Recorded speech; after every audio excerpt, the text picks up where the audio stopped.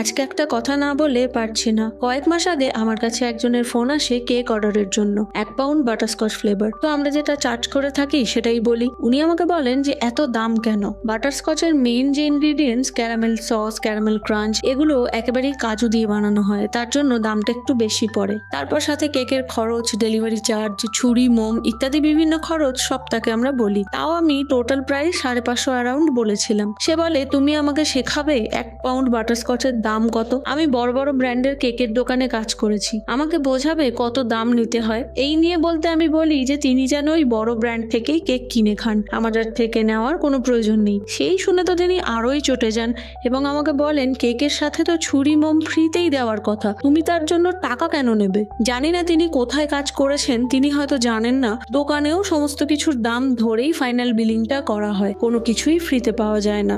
এইরকম মানুষ কি তোমরা কখনো ফেস করেছো?